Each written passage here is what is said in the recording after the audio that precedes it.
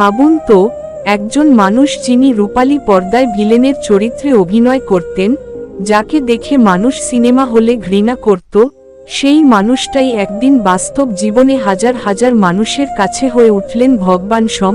কারণ যখন পুরো দেশ থমকে গিয়েছিল, রাস্তায় হাঁটছিল ক্ষুধার্ত শ্রমিকেরা, চোখে ছিল ভয় আর অনিশ্চয়তা, তখন এক অভিনেতা ক্যামেরার সামনে নয়, বাস্তবের মাটিতে নেমে বলেছিলেন, আমি আছি।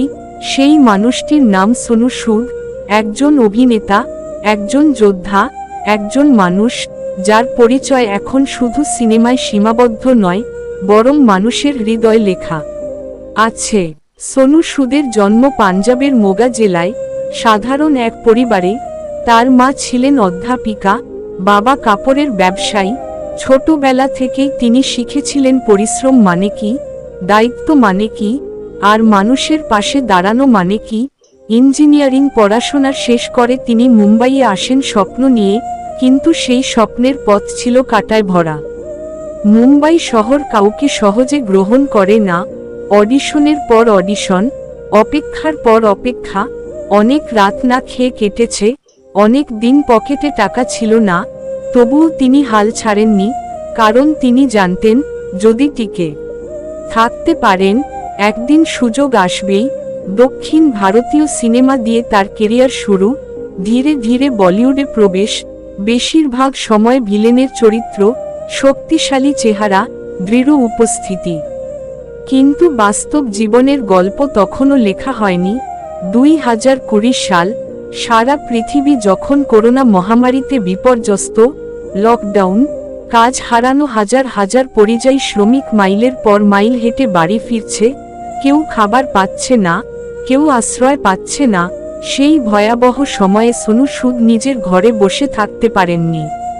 তিনি প্রথমে কয়েকজনকে সাহায্য করেছিলেন, তারপর 10 জন, তারপর 100 জন, তারপর হাজার হাজার মানুষ।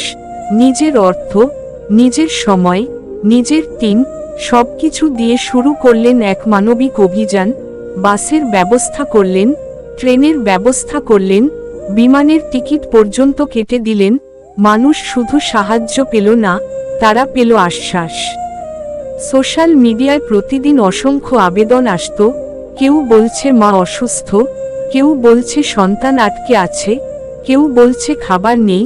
আর তিনি চেষ্টা করেছেন যতটা সম্ভব সাড়া দিতে। অনেকে বলেছে এটা শুধু প্রচারের জন্য, কিন্তু যখন দিনের পর দিন, মাসের পর মাস কাজ চলতে থাকে, তখন বোঝা যায় এটা প্রচার নয়, এটা দায়বদ্ধতা। তিনি শুধু বাড়ি ফেরার ব্যবস্থা করেননি, পরবর্তীতে চাকরির সুযোগ তৈরি করেছেন, চিকিৎসার খরচ বহন করেছেন, ছাত্রদের পড়াশোনার দায়িত্ব নিয়েছেন। তার কাজ শুধু এক সময়ের আবেগ ছিল না, এটা হয়ে উঠেছিল এক দীর্ঘমেয়াদী প্রতিশ্রুতি। সবচেয়ে বড় কথা, তিনি কখনো নিজেকে নায়ক বলেননি, বরং বলেছেন, আমি শুধু একজন মানুষ, যে অন্য মানুষের পাশে দাঁড়াতে চেয়েছে, কিন্তু সমাজ তাকে নায়ক বানিয়েছে।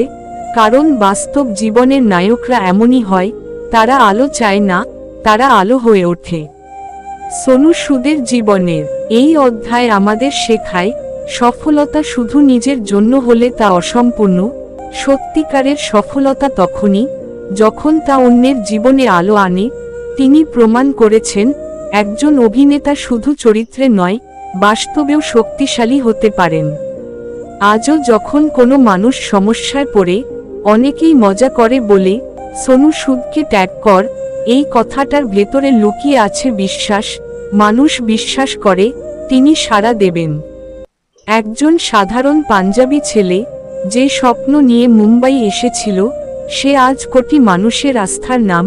তার জীবন আমাদের বলে, পরিস্থিতি যত কঠিনই হোক, একজন মানুষের ইচ্ছাশক্তি যদি সৎ হয়, তাহলে সে হাজার মানুষের ভাগ্য বদলে দিতে পারে। তাই যখনই ভাববেন আপনার সামান্য সাহায্যে কী বা হবে, তখন সোনু সুদের গল্পটা মনে করুন। কারণ একদিন তিনিও হয়তো ভাবেননি, তার একটি সিদ্ধান্ত এত মানুষের জীবন বদলে দেবে, কিন্তু তিনি শুরু করেছিলেন, আর সেই শুরুটাই ইতিহাস হয়ে গেছে। এই গল্প শুধু একজন অভিনেতার নয়, এই গল্প মানবতার, এই গল্প সাহসের, এই গল্প সেই মানুষের যে প্রমাণ করেছে নায়ক হতে হলে সুপার পাওয়ার লাগে না, লাগে শুধু একটি বড় হৃদয়।